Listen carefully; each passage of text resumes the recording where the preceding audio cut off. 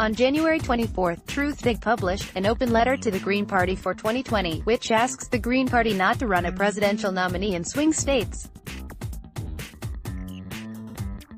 The signers are Michael Albert, Leslie Cagan, Noam Chomsky, Ron Daniels, Barbara Ehrenreich, Bill Fletcher, Kathy Kelly, Cynthia Peters, and Norman Solomon. The authors attempt to be kind, open-minded, and dispassionate, but they display no awareness of the social science research that shows their proposal will not have the effects they expect.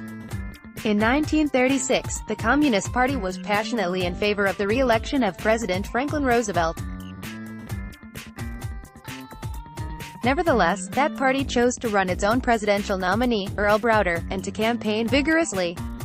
Back then, minor parties had a stronger voice because federal law required the national radio networks to carry the proceedings of minor party presidential conventions, if those same networks carried the major party conventions. So the Communist Party National Convention, with all its oratory, went out over the big radio stations. Also, the Communist Party was very well organized and had the capacity to promote a vigorous and sustained nationwide speaking tour for Browder. The Communist Party believed that the effect of Browder's campaign, which sang the praises of the New Deal, would be to increase the vote for Roosevelt.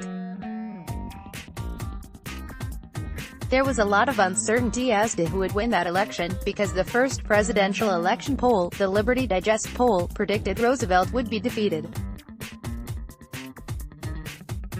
The communist theory about the effect of its own presidential campaign is bolstered by academic research. In 2008, Dan Ariely published Predictably Irrational, which used experimental evidence to show what happens when someone is presented with 3 choices and must choose one. Suppose that 2 of the choices are similar, whereas the 3rd choice is quite different.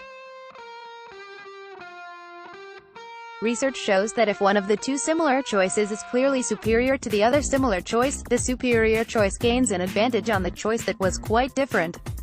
Applying this theory to the 1936 election, Roosevelt and Browder were quite similar as to the policies they advocated. They both advocated for the New Deal. Landon, the Republican nominee, represents the choice that is quite different from the other 2. Ariely's research shows that a voter would consider Roosevelt far superior to Browder because the voter would know that Roosevelt had a chance to be elected, whereas Browder did not. So the effect of having the Browder option would be to help Roosevelt and hurt Landon.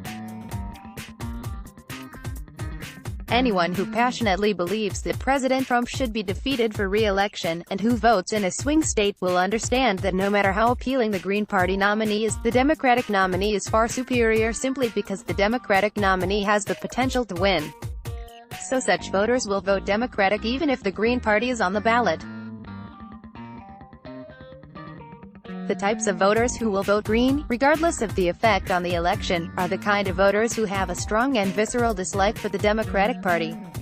They are the kind of people who might vote for President Trump if there is no minor party candidate on the ballot, but who will not vote for Trump if they have the satisfaction of voting for a minor party. There is other social science evidence. In 2004, the largest polling companies asked their pollsters to ask extra questions for any voter who said he or she intends to vote for Ralph Nader. The extra questions asked how the voter would respond if Nader weren't on the ballot. A majority of them said they would vote for George W. Bush, not John Kerry. An analysis of the Nader vote published in the January 1, 2005 Ballot Access News supported this conclusion. Let's block ads. Why?